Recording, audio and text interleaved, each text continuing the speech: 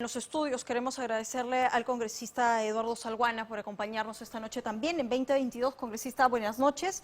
Y le pido, a propósito de este tema que conversamos con el doctor Albán, vamos a colocar el tuit de una de sus colegas, de Silvana Robles, a propósito del tema de las subprefecturas. Ella le contestó al premier Otárola y le pone lo siguiente: no mienta, se ha retirado a los prefectos y subprefectos solo de las regiones del sur y centro del país, en clara represalia por las movilizaciones. Nada en el norte, donde han sellado su pacto con el fujimorismo, premier de la represión. Bueno, el norte los toca directamente. El partido del señor Acuña es del norte. ¿Qué le diría a la congresista Robles? Bueno, primero, buenas noches. Lo que yo pienso es que en realidad el tema de los prefectos y subprefectos es un tema que está pendiente de definir y ya hay una propuesta en el Congreso al respecto. En lo que concuerdo con el doctor Albán es que en los distritos y comunidades y caseríos alejados donde no hay mucha presencia del Estado, la presencia de los subprefectos o tenientes gobernadores, en mi concepto, aún resulta importante. Entonces habría que separar la paja del trigo, determinar la eliminación de las prefecturas básicamente, pero mantener algún nivel de representatividad del Ejecutivo, pero básicamente en torno a meritocracia. Ahora, ¿qué es lo que ustedes han propuesto desde el Congreso de la República? ¿No? Porque si algo ha cuestionado no solo el doctor Albán, cualquier especialista, es esta afiliación política que finalmente se traduce en ser operador político de una agrupación afín a través de las subprefecturas. Lo que sucede es que en los últimos años o en los últimos gobiernos se le ha dado ese cariz, ¿no? Y yo creo que este gobierno de transición debe cumplir lo que ha precisado el primer ministro y designar en estos cargos, mientras el Congreso define, a ciudadanos de reconocida trayectoria democrática y que tengan un prestigio en su localidad. Creo que eso ayudaría mucho en esta etapa de transición hasta que el Congreso resuelva y que se incorpore o se elijan las nuevas autoridades del 2024. ¿Lo van a hacer? Es la pregunta, porque les quedan 2 años.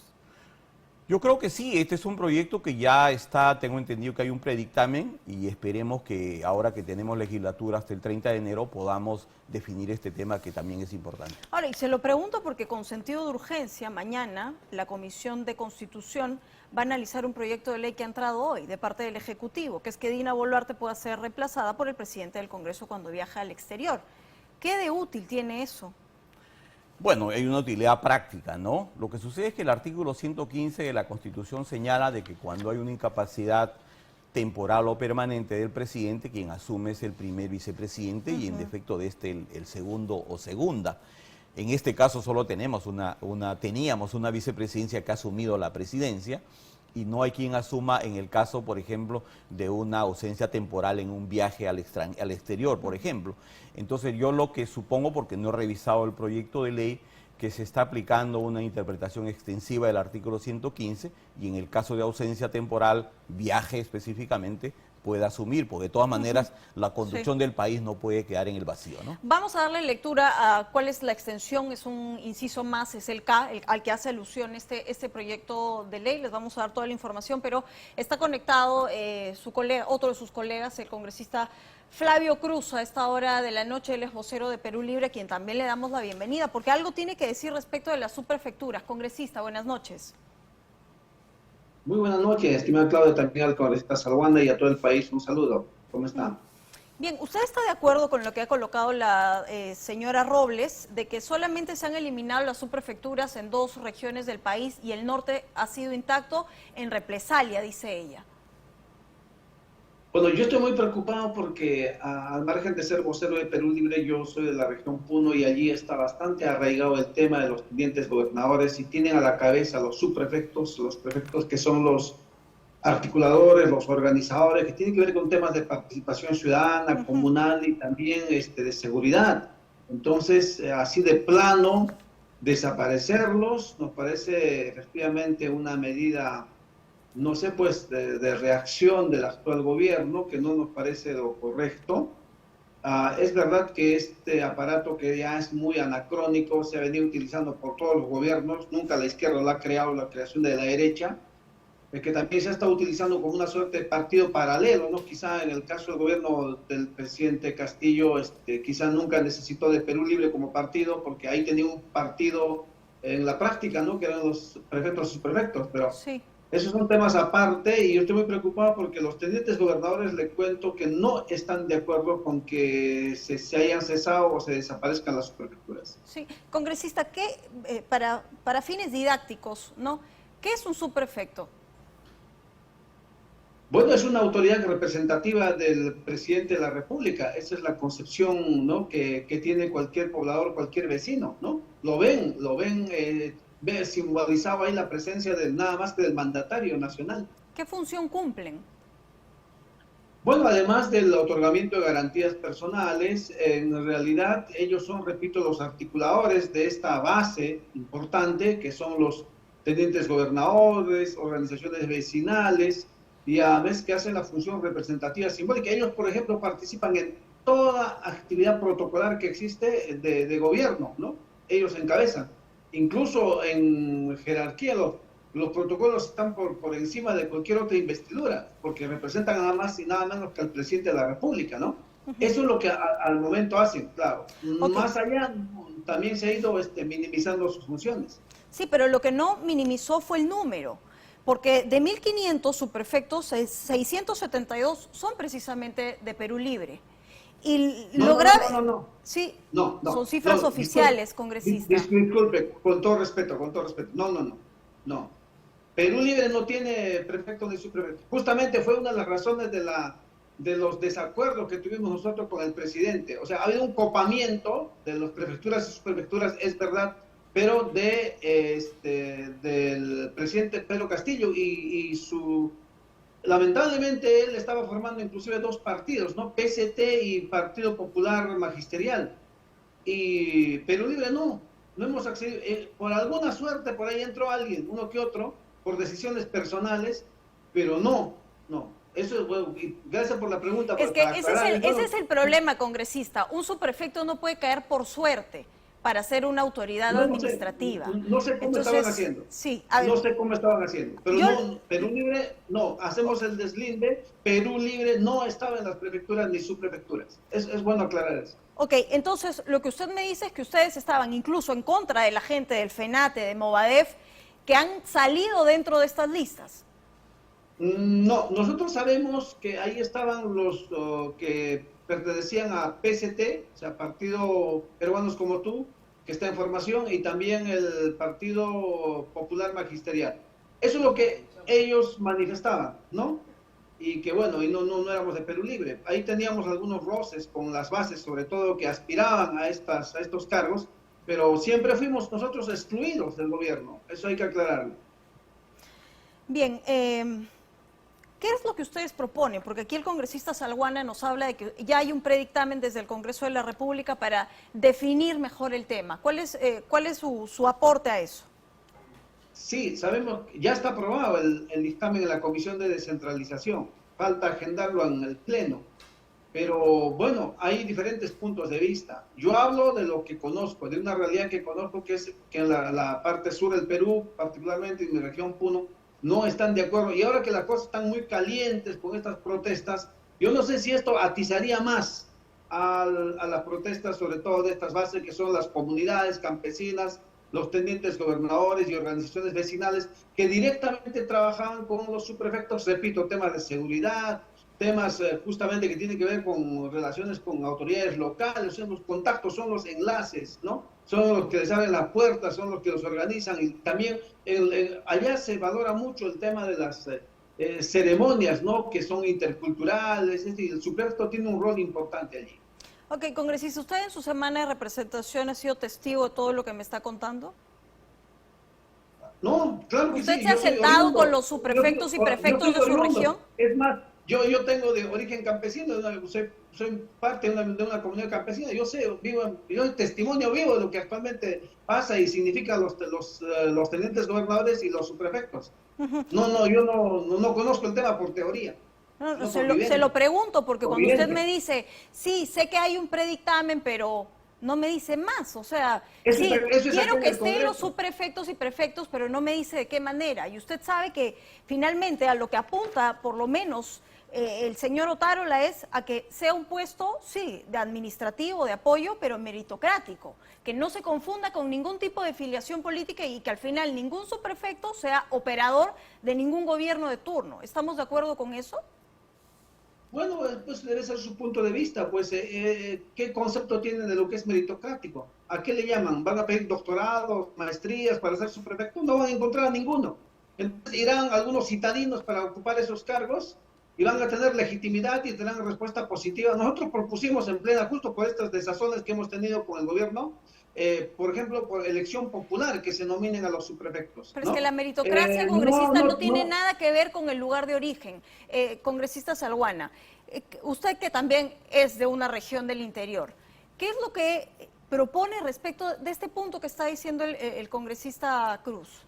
Mira, primero que lo que señala el colega, y mi saludo afectuoso a Flavio, lo que él señala en relación al copamiento por parte del presidente Castillo de prefecturas y subprefecturas, eso es verdad, ¿no? Y eso justifica la decisión del actual del gobierno de transición, ¿no? Es correcto lo que están haciendo, ¿no? Segundo, en cuanto al tema de meritocracia, no nos estamos refiriendo a títulos y a grados académicos, Exacto. ¿no? Lo que estamos hablando, bueno, lo que he entendido del tuit del primer ministro es de ciudadanos que sean de reconocida trayectoria y solvencia en su comunidad. Y lo que sí concuerdo con Flavio, lo que le señalaba, en el sentido de que en provincias donde no existe muchas veces el Estado, la autoridad en esas localidades, en esos centros poblados y caseríos, es precisamente el gobernador, el teniente gobernador. En este caso, el subprefecto es el representante de la provincia, ¿no? Bien, vamos a dejar ese tema ahí. Finalmente vamos a ver de qué manera esta baja puede sí apuntar al objetivo de fondo, ¿no? ¿Para qué existe o para qué debería existir un subprefecto y no para lo que hizo el señor Castillo? Regresemos al tema de la señora Boluarte y voy con usted, señor Cruz. Mañana la Comisión de Constitución va a debatir precisamente un proyecto de ley que entró hoy de parte del Ejecutivo respecto de las funciones que asumiría el presidente del Congreso. Ahí está, en pantalla, ¿verdad? Ellos quieren incorporar el inciso K. Dice, encargarse del despacho del presidente o presidenta de la República cuando sale de territorio nacional, en caso se encuentren impedidos o ausentes los vicepresidentes. Esta encargatura la va a tener el presidente del Congreso de la República. Mañana se va a analizar esto. Sus impresiones, congresista Cruz, luego de la pausa. Bien, teníamos antes de ir a la pausa parte de este proyecto que mañana la Comisión de Constitución tendrá que finalmente analizar y la encargatura sería directamente al presidente del Congreso. Congresista Salguano, usted me decía, bueno, esto es un gobierno de transición y lo que toca a mérito de la situación es que alguien asuma cuando la presidenta no está. Mira, Claudia, lo que hay que explicarle a la ciudadanía es que esta propuesta, no las he leído el íntegro del proyecto de ley, sin embargo, el artículo 115 de la Constitución señala en el parágrafo final de que cuando el presidente se ausenta del territorio nacional, quien asume es el primer vicepresidente, en ausencia de el segundo, y se queda ahí el artículo. Sin embargo, en el primer parágrafo sí habla de la sucesión presidencial en el caso de ausencia de los dos vicepresidentes, como es este caso concreto. Entonces creo que en interpretación extensiva de esa norma, en caso de ausencia o en caso de viaje, ¿no? Debería asumir el presidente del Congreso de la República. Es lo lógico y lo constitucional, me parece. Ahora, ¿era necesario uno, regresando en el tiempo y viendo seguramente otras transiciones de las tantas que hemos tenido lamentablemente en los últimos tiempos, se pone a analizar esta situación, ¿no? La lectura política para muchos es, ¿quiere la presidenta Boluarte congraciarse con el Congreso de la República el tiempo que queda? No, lo que sucede es que el Estado tiene que continuar su camino en búsqueda del bienestar de los peruanos. Y eso implica evidentemente la posibilidad de que la presidenta tenga que viajar a algún evento internacional. En ese caso concreto, ¿quién asumiría? La norma, la Carta Política no prevé ningún otro funcionario. En este caso es el presidente del Congreso. Vamos a ver qué opina el congresista Cruz. Congresista. No sé si habrá ocasiones en las que el Congreso no le autorice a la presidenta. Habría que ver cuál es el comportamiento del Congreso en ese tema. Segundo, hay que aclarar, no soy constitucionalista, para que no quiero atribuirme nada, pero ¿dónde quedaría el principio de separación de poderes? ¿No? Se resolverá mañana seguramente en la comisión, no sé, lo están haciendo bastante rápido, no sé, seguramente amerita, pero no sé si el presidente lo aceptará, porque el legislativo, que además se hace llamar el primer poder del Estado, va a estar, no sé si subordinada a este tema, y el presidente, yo no me imagino ver al presidente del Congreso en Palacio de Gobierno sentado en despacho presidencial. ¿A quién se Me imagina? parece que el Ejecutivo es distinto, el Legislativo diferente, el presidente del Consejo de Ministros podría asumir el despacho. No sé si el presidente del Congreso tendrá facultades para promulgar, por ejemplo, o sea, con qué atribuciones se va a sentar en el despacho presidencial. Bien complicado el tema, ¿no? Entonces, ¿prefiere no pronunciarse al respecto? O, Ese es, o- es, o acabo de leo, o pronunciarme. leo su intro, ¿no? Para usted, este Congreso sí le daría permiso a la presidenta Boluarte para todos los viajes. ¿Es lo que ha querido decir? Parece que sí, o no sé si habrá algún pacto. Antes había asesores bajo la sombra, parece que hubiera ahora pactos bajo la sombra también, no lo sabemos. No sé qué está pasando. Mañana vamos a estar atentos nosotros. Perú Libre también vamos a reunirnos porque es un tema que tenemos que quizá necesitar de un experto que nos ayude a entender mejor esta situación, que usted mismo lo ha dicho con claridad. No teníamos no lo tenemos previsto con claridad ni en el reglamento del Congreso ni en la Constitución. Ujú. ¿Le va a dar Perú Libre el voto de confianza a la señora Boluarte? Mañana nos reunimos, los martes nos reunimos normalmente la bancada, pero en lo personal no. ¿Por qué? Muchas razones. Se ha instituido un gobierno cívico-militar, tantas muertes encima, un mal gobierno, a cualquiera con una pistola en la mano a uno lo gobierna, pues no sea eso, con el temor, no hay ese espíritu democrático, no hay niveles de tolerancia, no sé, no creo que merezca. Entonces, ¿usted hubiera preferido la dictadura del señor Castillo? No puede usted comparar, son distintas realidades. Ese gobierno, a pesar de todas las circunstancias y errores, como verá, sí era democrático, independientemente del golpe de Estado fallido, lamentablemente. La dictadura es dictadura, congresista. Pero no hubo dictadura, fue un intento de golpe de Estado, sabemos eso. Antes de eso Intento hubo de... democracia. No se Hubo cayó, democracia. se desplomó, congresista. Ya, bueno, lo que se llame para alegría de mucha gente, que espero No, que no para es suyo, alegría no, pero imagínese, porque mientras nosotros discutimos eso, hay gente sin trabajo. Nunca se cumplió con esta segunda reforma agraria. Hemos tenido bloqueos, hemos tenido 28 personas muertas. A nadie, congresista, le va a alegrar que un golpe haya tenido como consecuencia todo lo que yo le estoy nombrando. Claro que no. Gracias por sabemos haber las estado... consecuencias y ya sabemos cómo se comportó también el Congreso en ese sentido. Lo que ha sancionado es el golpe, no otra cosa. Bien, le quiero agradecer por haber participado esta noche con nosotros. Ojalá que mañana, después de la decisión que tomen en bancada, podamos nuevamente seguir hablando de este y de otros temas. Regreso con usted, congresista Salguana. Bueno, ya queda claro que si uno empieza lamentablemente a hacer matemáticas, por lo menos el grupo de Perú Libre no le va a dar la confianza a la señora Boluarte. ¿En APP lo van a hacer? Personalmente creo que sí, he conversado con mis colegas de la bancada y ellos tienen el concepto que nosotros manejamos, que es necesario darle estabilidad, que hay que darle el respaldo a la presidenta Boluarte. Necesitamos encarar los graves problemas como tú bien señalabas, el tema de empleo, la economía, hay que reactivar los grandes proyectos de desarrollo para que el próximo gobierno que asuma el 2024 reciba un país estable, reciba un país con mayor tranquilidad y podamos empezar una nueva tarea, tener un nuevo comienzo que le dé esperanza al país. Ahora, con este escenario, ¿no? Por lo menos lo que estamos viendo en una de las bancadas que ahora es oposición al gobierno de transición, ¿qué nos espera en esta ratificación de este adelanto de elecciones? Bueno, yo creo que después de lo que ha pasado estos 17 meses, todas las fuerzas políticas, Claudia, necesitamos actuar con mucha prudencia, mucha serenidad, tener una explicación concreta y real del por qué ha habido estas protestas sociales con ciertos niveles de violencia inusitados. Como tú bien señalabas, no podemos aceptar que hayan peruanos que fallezcan en manifestaciones que siendo legítimas se tornaron en muchos casos violentas. Pero tenemos que encontrarle una explicación, el por qué la ciudadanía pide que el Congreso que eligió hace 18 meses pidan que ahora nos vayamos, y hay que recoger, o sea, esa petición y saber entender y explicar la etiología de estos fenómenos sociales. Pero parte de esa responsabilidad implica que nosotros conduzcamos un proceso de transición serio, sereno, responsable, con las reformas políticas que corresponden, y garantizar, como bien han dicho los entes electorales, un proceso electoral justo, transparente y que sea reconocido por todos. Eso implicaría que en el 2024 no vamos a ver, por lo menos, ¿no?, que es lo que anuncia Fuerza Popular a Keiko Fujimori. Bueno, eso ya es una decisión política de esa agrupación, ¿no? En todo caso, lo que ha señalado el líder de APP...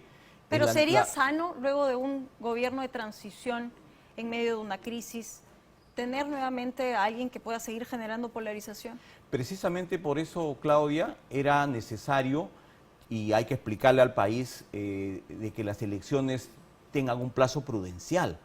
Porque si nosotros accedíamos, lo que algunos sectores pedían de manera antojadiza y subjetiva, de que las elecciones se realicen de acá 3, 4, 5, 6 meses, ¿eso qué significaba? Que los mismos actores políticos iban a volver de acá a 6 meses.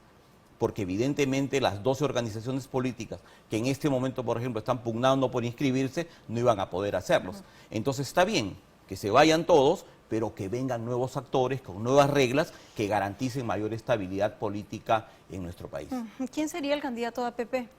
Lo que ha señalado el líder del partido, y nosotros concordamos con ello, es que desde APP tenemos que impulsar una candidatura que agrupe a sectores políticos distintos, ¿no? Pero que pensemos y tengamos una misma orientación política, ¿no? ¿Y quién sería? Es decir, un candidato de consenso. No hemos hablado de nombres todavía. ¿Richard Acuña? Es una posibilidad, pero todavía eso se va a discutir internamente en el partido. Richard es un excongresista, es un líder del partido que ha demostrado mucha capacidad, y estoy seguro que podría ser en todo caso una alternativa. ¿Quiénes más podrían entrar en este bolo? Dentro de su... Es difícil dar nombres en este momento, habría que procesarlo con mucha prudencia. Le quiero agradecer, congresista Salguana, estar atentos con lo que podría ocurrir mañana desde el Congreso de la República con este proyecto y con este cierre. El Congreso cierra el año con récord de desaprobación. Lamentable, pero es la verdad, y sobre eso hay que reflexionar y reconocer que parte de la crisis política sin duda es responsabilidad también de los congresistas en este momento. Y te pido un minutito para saludar con mucho cariño a los más de 200.000 habitantes de mi departamento Madre de Dios, que el día de hoy celebra los 110 aniversarios de su creación política. Fue creado el 26 de diciembre de 1912, es un departamento bifronterizo, de gente muy trabajadora, a quienes expreso desde este importante canal mi saludo afectuoso, y que sigamos trabajando por su desarrollo. Que así sea. Gracias, congresista, por haber estado esta noche con nosotros.